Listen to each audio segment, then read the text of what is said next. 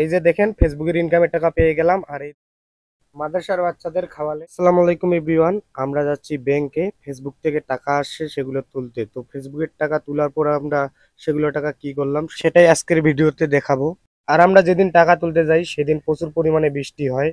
আমরা চলে আসলাম ক্যাশ কাউন্টারে। আসার পর আমার আঙ্গুলে চাপ দিলাম। আর কি বলবো, ফেসবুকের ইনকামের টাকা আসলে এতটাই খুশি লাগে সেটা একজন কন্টেন্ট ক্রিয়েটরই জানে। টাকা কম হোক কিংবা বেশি হোক সেটা কোনো বিষয় না। এই যে দেখেন ফেসবুকের ইনকামের টাকা পেয়ে গেলাম। আর এইদিকে আমার ভাই দেখতেছে যে টাকা কোথাও ছিঁড়া ফাটা আছে কিনা সেটাই চেক দেয়। আর একটা কথা, আমরা কিন্তু সব টাকায় তুলতে পারি নাই, কারণ ব্যাংকে সেদিন টাকা ছিল না।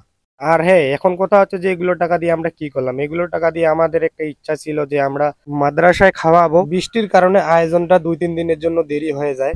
আমাদের ইচ্ছা আছে যে আমরা মাদ্রাসায় খাওয়াবো মাঝে মাঝে। তো আমাদের আশেপাশে যতগুলো মাদ্রাসা আছে আমরা ইনশাআল্লাহ আমরা সবগুলো মাদ্রাসায় যাওয়ার চেষ্টা করব। আপনারা সবাই দোয়া করবেন যেন আমরা আমাদের ইচ্ছাগুলো পূরণ করতে পারি। আল্লাহর রহমতেও আপনাদের ভালোবাসা ও সাপোর্টে আমরা এতদূর এগিয়ে গেছি। এই হলো আমাদের বাবুর্চি, আর সঙ্গে ছিল আমাদের টিম। আর এদিকে কিছু মাদ্রাসা ছাত্র ছিল, তারা আমাদের সঙ্গে কাজে সহযোগিতা করেছিল। এই যে দেখেন সবাই আমরা এক একজন এক এক রকমের কাজ করতেছি। এখানে কিন্তু কাজ করার মজাটাই আলাদা। আর আমাদের আয়োজন রাতে হয়ে গেল, কারণ দুপুরে বাবুর্চি আমাদের সময় দিতে পারে নাই, কারণ অন্য জায়গায় সিরিয়াল ছিল। এই কারণে রাতে করা।